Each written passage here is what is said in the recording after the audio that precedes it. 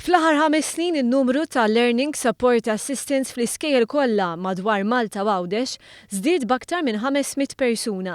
Fil-fatt minn 1660 fl-2011 in-numru ta' professjonisti jgħinu fit-tagħlim fl-iskejjel tagħna tela għal 2171.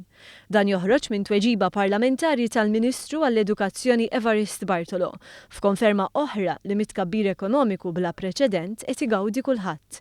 Jirriżulta li l-Learning Support Assistants żdiedu kemm fil-livell primarju u kif ukoll dak sekondarju.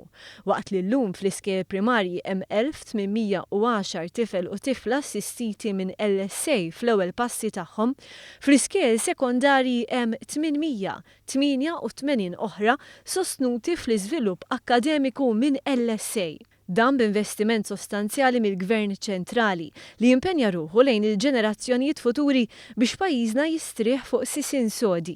Kien għalhekk li l-len mill-bini tal-iskejjel ġodda fosthom dik f'Ħaddingri, il-Gvern kompla jinvesti fl-għalliema bit-tqassim ta' laptops ġodda waqt li nieda l-proġett ta' Tablet per Child. L-investiment bla preċedent fl-Università, l-Iskola Medika Barts f'Għawdex u l-proġett tal-Università Amerikana huma eżempji oħra ta' kif pajjiżna miexi l qudiem.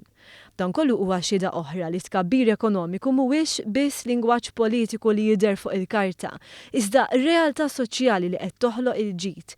Ġid li ma jħares lejn il-wien partiġani u li minnu qed igawdi l-poplu Malti Wawċi kollu bla ebda distinzjoni.